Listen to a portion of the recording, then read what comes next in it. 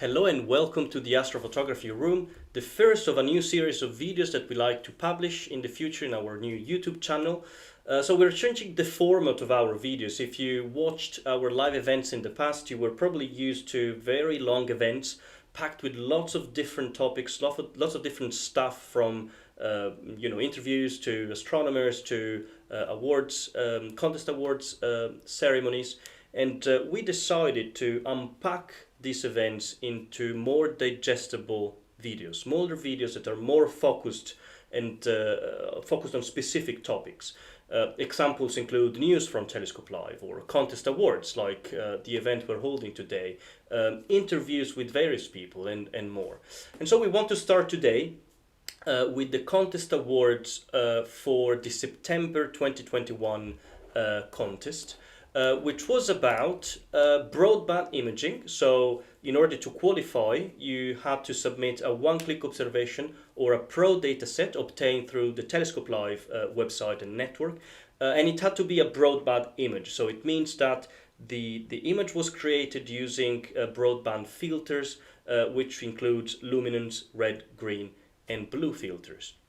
We also had a special contest which was about a specific Premium Pro dataset that we published at Telescope Live. And it was about the giant squid nebula.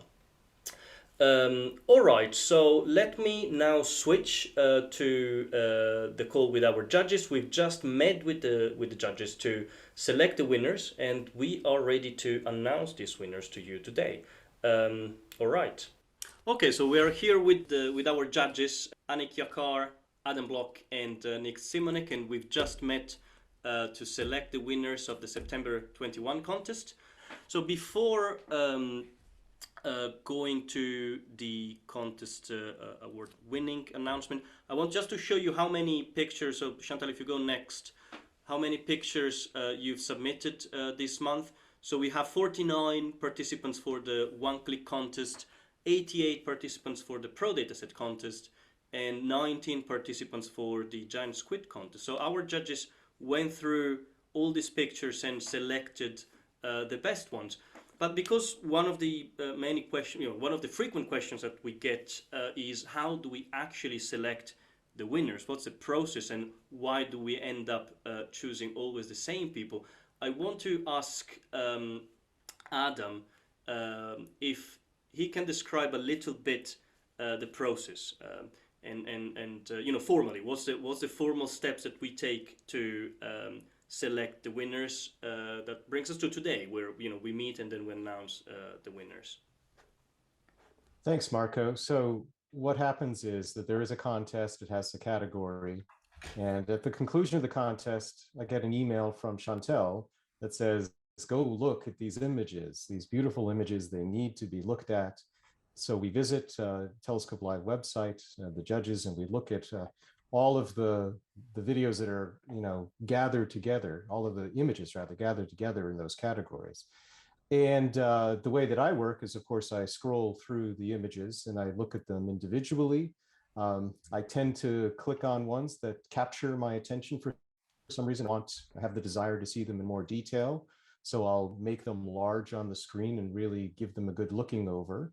After doing that, there is a spreadsheet that the judges fill out in which we pick our top two in each of the various categories, and then even assign it a number, basically between 1 and 5, so that later between all the judges, those numbers can be tallied and get a sense of which pictures are the ones that, based on all of the judges' merits, are the kind of the top picks. And so we do that in advance. We fill this out, and then when we get together, we can do that tabulation of all of the picks. One of the interesting things about this is not only do we judge effectively, as an individual judge, we look at the images and pick the ones that speak to us, but we also look at the other judges' images, what they picked, and we kind of assign a sense of a rating or a value to those as well. And so that kind of helps make this an even thing, I guess. So that's the overall process, that in advance we individually go through the images and look at the things. Obviously, if there are pictures that are shared between judges, those are going to be the ones that will end up being the winners in a particular category. Okay, thank you very much, Adam. I hope that this will kind of clarify the formal steps that we take to make this as unbiased as possible. I don't know if Yannick or Nick want to add anything, but I guess that's the process that every one of you follows every month. And so we've just done it. So we've just met. Actually, three judges met, and they picked the final winners. Of course, we didn't specify, how does a single judge picks the right picture? What triggers their attention and so on. And we'd like to do this on a separate video series in which we have a chat with our judge. They don't know yet, so I can see their faces. Not another video, but yes, we'll interview you and we'll ask you how what triggers your attention when you see the images that are participate to the contests. All right, so I think it's time to go to the actual winners, and I'll ask Nick to present the Pro Dataset winners and the one-click observation winners. So I guess we need to share the screen again. Fantastic. And I'll leave it to you, Nick. Thanks, Mark, and thanks, Adam. This month, after a lot of deliberation, we've decided on this particular target as the second place for the one-click contest. It's a fantastic nebula, the image submitted by Jonathan Lodge. And this is a great target because it tests the processing skills, because within this object, there are very bright stars that need to be controlled as best as possible. There's also very faint dust as well. And this makes that processing a little bit more difficult. So we chose this one because we think that this image has fit that criteria very well. And congratulations to Jonathan Lodge. Next slide, please. And surprisingly, or not maybe, in first place by Bernard Miller is the same target. So you can see this image looks very different to the previous one. The astro images have approached it in a different way perhaps, but the same thing applies to this, as I said, to the previous image, in that the stars are well controlled.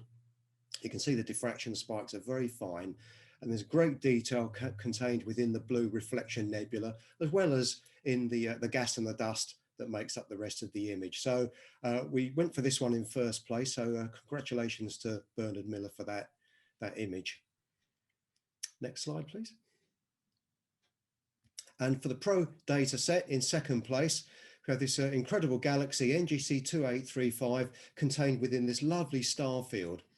The image sent in by Nicholas Adriano has done a great job on the processing. We can see the nice blue colors within the stars of the spiral arms of the galaxy.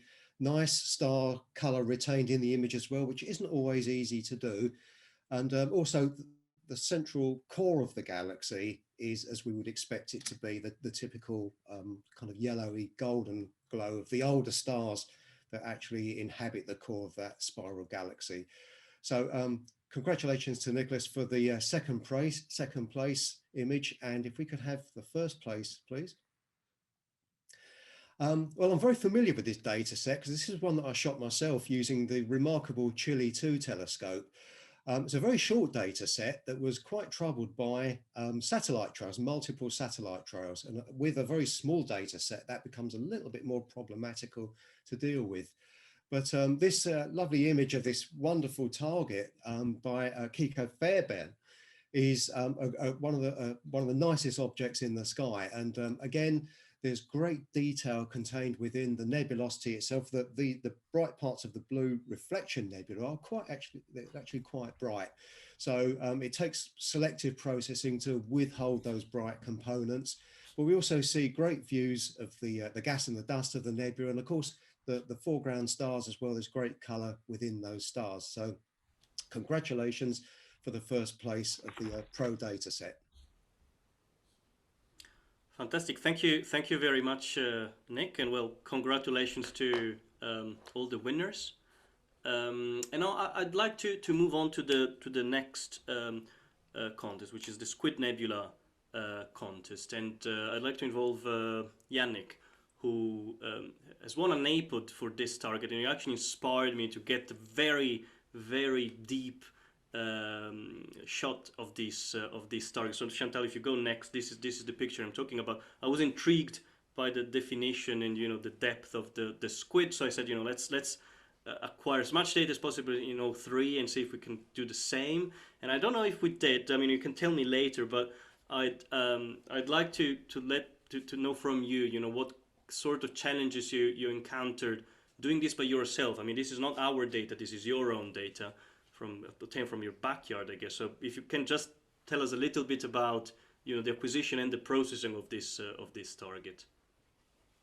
Yeah, this was like a really hard data set for me because I got a lot of light pollution in my backyard, and I don't have really tight narrowband filters. So the separation of the H-alpha data and the O3 data was like the most challenging thing, and also the really dim UTOS 4 object was my main problem to just process both channels separate to each other and then combining it to the final picture. Okay, it's a difficult one, and basically we acquired. I guess the telescope was different.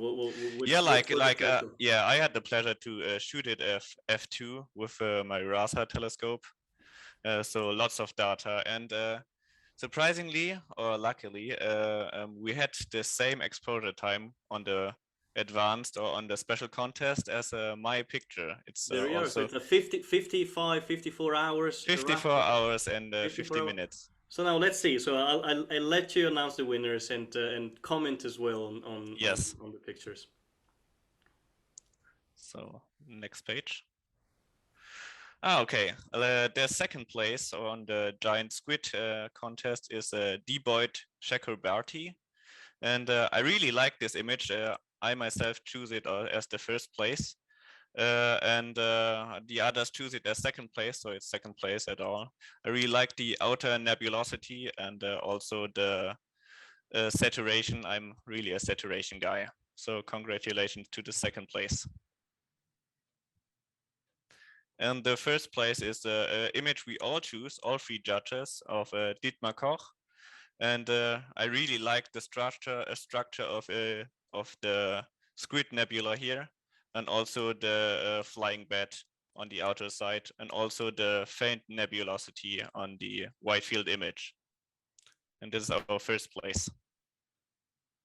All right. Well, thank you, Yannick. Well, congratulations to these two winners. Yeah, congratulations to both. Fantastic. And so, if you had to compare, the pictures with yours, I mean, would you still go for yours?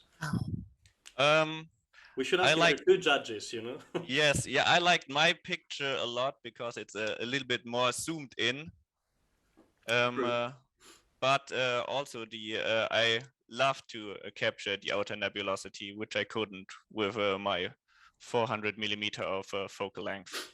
Maybe next time I shoot it with 200 millimeters to get also the outer nebulosity, or I use the Pro Dataset from Telescope Live. Exactly. So, all right. Well, Yannick, thank you very much, and again, congratulations to all the winners, 6 this time. And let me now announce the next contest, which is for this month, the October 21 contest. We only have one topic, and we don't have any special contest this month. So for the one-click observation and Pro Dataset contests, you need to choose a star cluster. So you can just go to our website, you log in, you can use one-click observations that have been obtained this month for a star cluster, and we'll schedule many of those in the next few days. And then you can pick any Pro Dataset obtained in the past that features a star cluster. So submit all your images, and we'll review them at the beginning of next month, and we'll select the new winner. So thank you very much for listening again, and see you. Bye-bye.